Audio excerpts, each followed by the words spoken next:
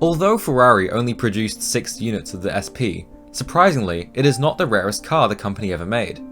The one on your screen is valued at 13.3 million Australian dollars, and yet it is not the most expensive Ferrari. However, personally, I believe that there is a title that the SP is very deserving of, the most confusing Ferrari ever made. Let me tell you why, starting off with the name. Nowadays, Ferrari names are quite simple. Portofino, 296 GTB, SF90 Spider, all pretty simple. Meanwhile, this car has essentially 5 different names. This is because the Ferrari SP technically had 5 unique specifications: the 246, the 196, the 286, 248, and 268. Each version had virtually identical bodywork, and many were entered into the same races as each other. Most confusingly of all, Ferrari converted many of the chassis between different specifications, sometimes more than once. Take this one for instance. This is chassis 0806, which was originally produced in 1962 as a 248 SP, with a 2.5 litre V8 engine producing 247 horsepower.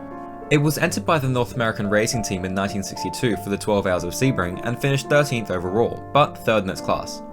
Later that year, the car was modified to 268 SP spec, having only completed 1 race. The 268 was an evolution of the 248, with a larger 2.6 litre V8 which produced 261 horsepower. Ferrari entered the car into 1,000 kilometers of the Nürburgring, although the car was crashed on the 8th lap. Later in 1962, the chassis was repaired and converted to 196 SP spec, which is how it remains today.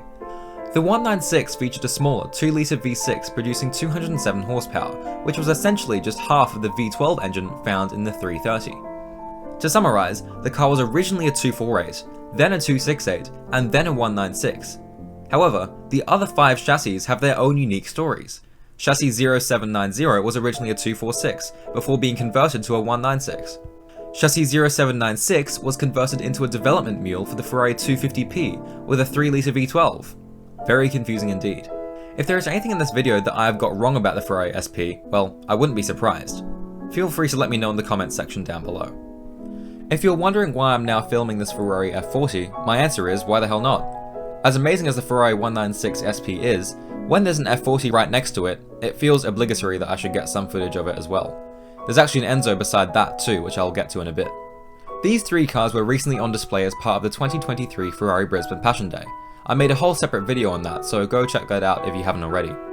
The problem with the event was that there was quite a lot of people, which made getting some footage of the cars quite challenging. I figured I should come back after the event to get some footage with the cars with no one around, so here we are. Given how well known the Ferrari F40 is, I'm sure most of you know all of its facts and figures already. There were 1,311 units produced, it's made of Kevlar and carbon fibre, it broke the 200 miles per hour barrier, it has a mid-mounted 2.9 litre twin turbocharged V8 engine, yada yada yada.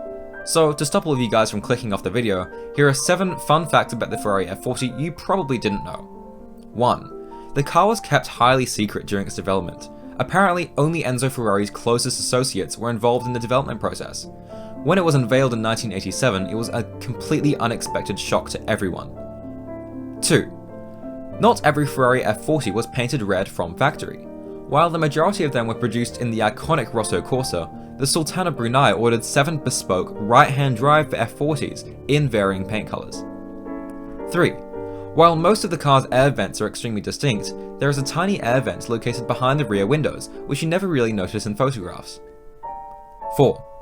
The Ferrari F40 has centre-lock wheels. This is a far more common feature in supercars nowadays, but in 1987 this was virtually unheard of in a road car. 5. The F40 badge is only found on the right-hand side of the rear wing. Ferrari didn't include a badge on the left side because the text would have been pointing in the wrong direction. 6. Yes, the F40 is incredibly light, but people generally don't realise just how obsessed Ferrari were with reducing weight. The car's toolkit was made from titanium, the engine cover was made from Lexan rather than plastic or glass, and you could only unlatch the doors from the inside with a thin cable rather than a conventional handle. 7. F40s delivered to the US were heavier, but to compensate for this, their engines were improved to produce more power. Regular F40s made 471 horsepower, while US spec models made 477. So there's 7 fun facts. Hopefully you learnt something new. As you can see here, I've moved on to filming the Ferrari Enzo, another legendary Ferrari model, but you already knew that. They literally named the car after the company's founder after all. Like I just did with the Ferrari F40, here are 5 facts about the Ferrari Enzo you probably didn't know. 1. Like the F40, not all Enzos were painted in Rosso Corsa. Ferrari sold a few in yellow, black, navy blue, silver, as well as a couple different shades of red.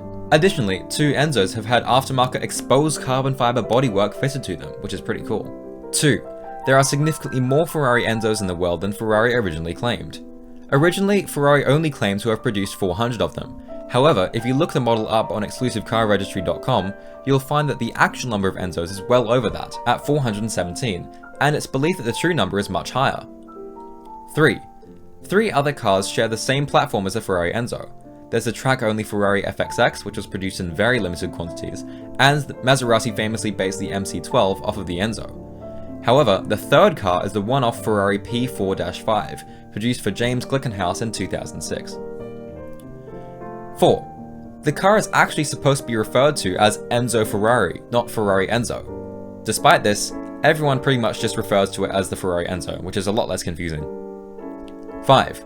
Rumor has it that if you subscribe to my YouTube channel, you might own a Ferrari Enzo one day. I don't know about you, but that sounds like a pretty good deal to me. Anyway, I think that's this video pretty much done. Hopefully you guys enjoyed. I hope all of you had a very Merry Christmas, and I wish all of you the best of luck in the new year. If you want to give me a very late Christmas present, I'd really appreciate it if you shared this video with someone else so that I can get double the exposure and grow the YouTube channel. And yeah, thanks for watching.